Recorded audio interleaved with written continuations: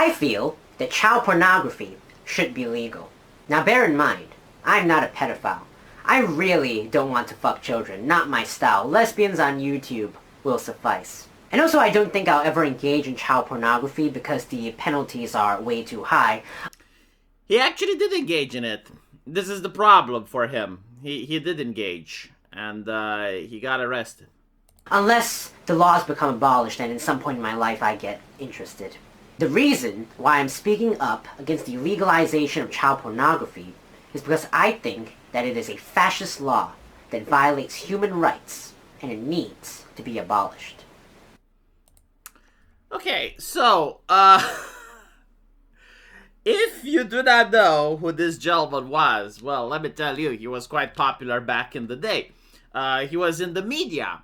He was at speaking events. He was very interesting because he appears during a time when Europe began suffering from terrorist attacks. And it's also the time when critics of those attacks were labeled Islamophobic. And you gotta understand, going from a free speech society to the Charlie Hebdo massacres, where you're basically told, well, I mean, you depicted Prophet Muhammad, so basically, the Muslims were right in their assessment that you should be punished. It's just that they went a little bit overboard. In other words, like, they were legitimate in trying to destroy freedom of speech, but, maybe the terrorist attack was a little bit too much. And again, that's how society was treating things, right? This is how the mainstream media was treating things. This is how the academics were treating things, and the politicians.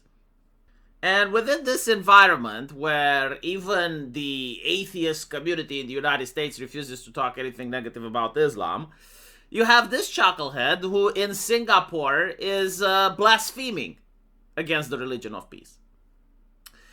And it's interesting because I looked at the laws in Singapore, and apparently they actually do treat religious blasphemy as, I guess, a disturbance of civic order.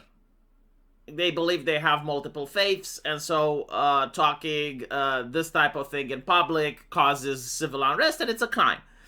I don't know how exactly they enforce it, but I do believe it's different than what we have here in the West. Anyway, basically, he becomes like the edgy atheist, and he seeks asylum in the United States, and he is being granted this asylum. And a lot of people were basically saying, it's like, look, this is how everyone should behave. Because at the time, I think he was actually underage, right? He was 17 or 16.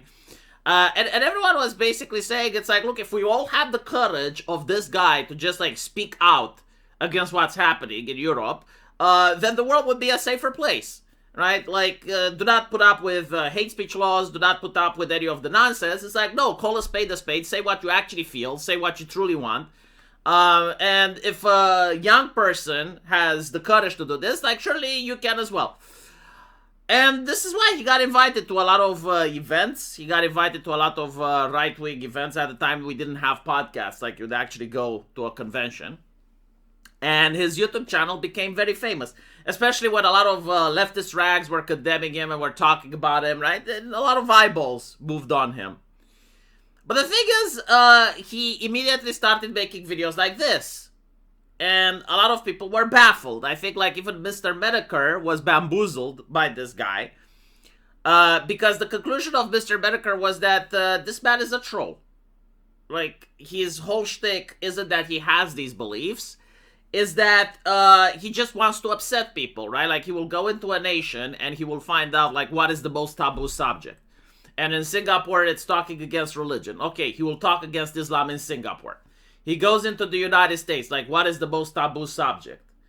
The Kasami. Okay, he will talk about the Kasami, right? Like, this is one explanation, which apparently didn't end up being true, because not only did he say the most vile things imaginable, like he would even rationalize that babies can consent, but no troll, in my experience, is willing to commit this hard to a gig when they know that it can destroy their future. And so, what I mean by this, in the United States, Amos Yee at the time was invited to speaking conventions. He was shaking hands with important people. He was offered certain deals. Any reasonable person, right, would realize that they have a career in front of them and they can make a lot of money just by, maintaining their stance on atheism, talking against Islam, appearing to speaking conventions, saying the platitudes, and walk away a millionaire. But Amos Yee didn't want to do that, right? Like, Amos Yee actually wanted to talk about the taboo subjects, which, in my cynical opinion, only happens if the man is unironically sincere. And he was sincere, right? Like, this is where I was with Mr. Medicare on a stream, and Medicare was basically saying that he believes the guy is a troll. In fact, like, actually, Medicare spoke with him. Like, there was a live stream hosted by someone. I forgot by who. But there were, like, many guests, right? And one of the guests was Medicare, the other guest was Amos Yee, and Medicare was basically trying to get Amos Yee to admit that he is trolling. And Amos Yee refused. It's like, no, he genuinely believes that Kasabi should be legalized. Now, even though the internet was completely different back then and had completely different moral standards and taboos, like we used to have the pedo bear meme, and you could have like these types of conversations in the open, most people were like, no, this is a little bit too much. Like, even for the edgy internet, this was a little bit too much. And people's radar was actually functioning because he ended up getting arrested for possession of the Kasabi. I don't know if it was like other cases as well, but eventually he ends up in an American prison. And now he got sent to Singapore. And he was also trialed for different crimes. Dodging the draft, right? Like, Singapore requires people to sign up for their military, and Amos Yee, being in an American prison, didn't do that. So they got him into legal trouble over that. But what's interesting is that his journey doesn't seem to be over. Recently, there was a video footage of Mr. Yee going to an anime con in Singapore, and you have this guy dressed up as a shonen character apply a correction to Mr. Yee, because they actually have heard of his peculiar tastes and the crimes that he have committed. And it sparked the entire conversation. Like you can see here, as a great country Singapore is, they became an embarrassment with the situation. Begged the United States to extradite him, only to let him go for basically nothing. He victimized actual children in the States and were foolishly trusted Singapore to take care of their people. Yeah, so like a lot of individuals are really upset over the situation with Singapore. But I guess I was right. He wasn't trolling. No, he was very sincere, which shows that I do have a good read on people. All you have to do is to be cynical, right? If you're cynical and not ideological, a lot of things start making sense.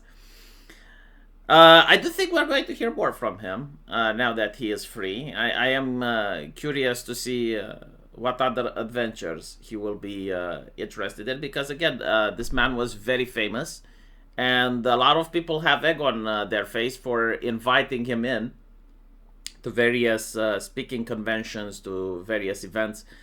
I don't blame the original people, right? Like before the Kasami thing. But afterwards, it was very obvious what he was doing. So people either had known or should have known that this is not just an edgy case.